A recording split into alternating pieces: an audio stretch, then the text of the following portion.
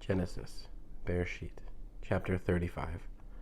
God said to Yaakov, Go up to Bethel, or Bethel, and live there, and make there an altar to God, who appeared to you when you fled Esau your brother.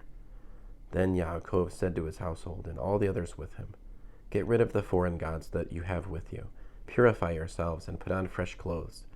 We're going to move on and go up to Bethel. There I will build an altar to God, who answered me when I was in such distress, and stayed with me wherever I went. They gave Yaakov all the foreign gods in their possession and the earrings they were wearing, and Yaakov buried them under the pistachio tree near Shechem. While they were traveling, a terror from God fell upon the cities around them, so that none of them pursued the sons of Yaakov. Yaakov and all the people with him arrived at Luz, that is, Bethel, in the land of Canaan. He built there an altar and called the place El Bethel, God of Bethel, because it was there that God was revealed to him at the time when he was fleeing from his brother. Then Deborah, Rivka's nurse, died. She was buried below Bethel, under the oak, which was given the name Alon Bakut, Oak of Weeping.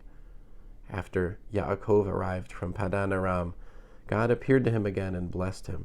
God said to him, Your name is Yaakov, but you will be called Yaakov no longer.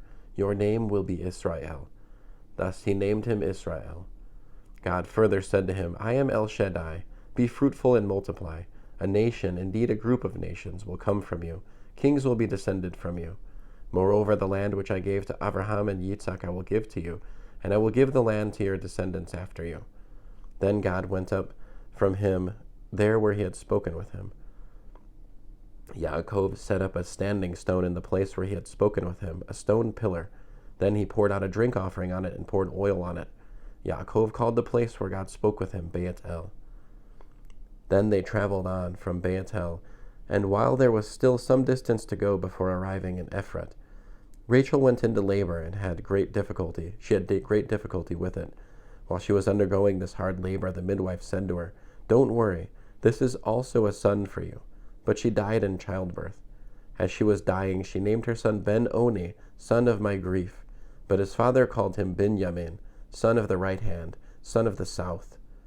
So Rachel died and was buried on the way to Ephrat, that is, Beit Lechem, or Bethlehem. Yaakov set up a standing stone on her grave. It is the standing stone of Rachel's grave to this day. Israel continued his travels and pitched his tent on the other side of Migdal Eder.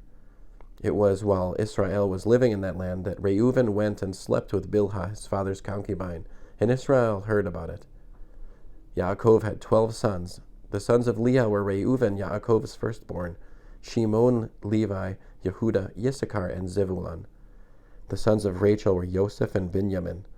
The sons of Bilhah, Rachel's slave girl, were Dan and Naphtali. And the sons of Zilpah, Leah's slave girl, were Gad and Asher. These were Yaakov's sons, born to him in Padan Aram.